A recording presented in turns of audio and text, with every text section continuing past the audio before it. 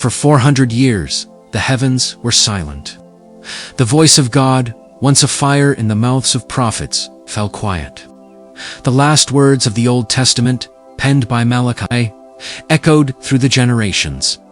Remember the law of my servant Moses, the statutes and rules that I commanded him at Horeb for all Israel. Behold, I will send you Elijah the prophet before the great and awesome day of the Lord comes. Then a profound stillness settled over the land. As the scroll was closed, an era of waiting began. The silence was heavy, a tangible presence. Decades turned into a century, then 2, then 4. Sand drifted over ancient ruins, and seasons cycled with relentless regularity. The world did not stand still. Empires rose and fell. The Persians gave way to the Greeks, and Greek wisdom and language spread across the known world, uniting disparate peoples under a common tongue. Then came the might of Rome, its legions marching, its eagles casting long shadows over the land of promise. Roads were built, connecting cities and cultures, preparing pathways for a message yet to come. But through it all, there was no new word from God. No prophet rose to challenge kings. No seer brought visions of the future. The people of Israel clung to the words. They had the law and the prophets. In humble homes, families gathered by flickering lamplight. Fathers whispering ancient stories to their children, stories of Abraham's faith, Moses' deliverance, and David's kingdom. They recited the psalms of hope and longing, their voices a quiet defiance against the overwhelming silence. How long, O Lord, will you forget me forever? In synagogues, scattered across Judea and beyond, rabbis unrolled the sacred scrolls. They studied the law, debated its meaning, and taught it to the next generation, preserving the covenant.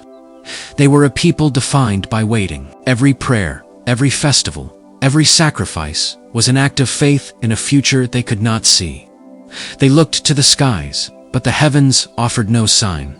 The silence felt like an answer in itself, test of endurance, a purification of faith. The weight of foreign rule grew heavier. Roman governors, Roman taxes, Roman gods. The people yearned for a deliverer, a Messiah promised in the scriptures of old. They reread the prophecies, their hope a flickering candle in a vast darkness.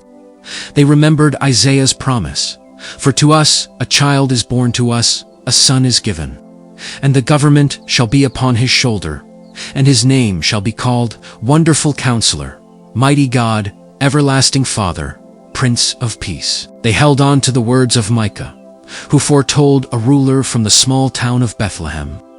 This period of quiet was not an absence of God's activity, but a preparation. The world was being set. A common language, a network of roads, a universal peace enforced by Roman steel, and a deep, soul-crushing hunger for redemption all were pieces falling into place. The silence was not empty. It was pregnant with purpose. It was creating a profound longing, a desperation that would make the eventual answer all the more glorious.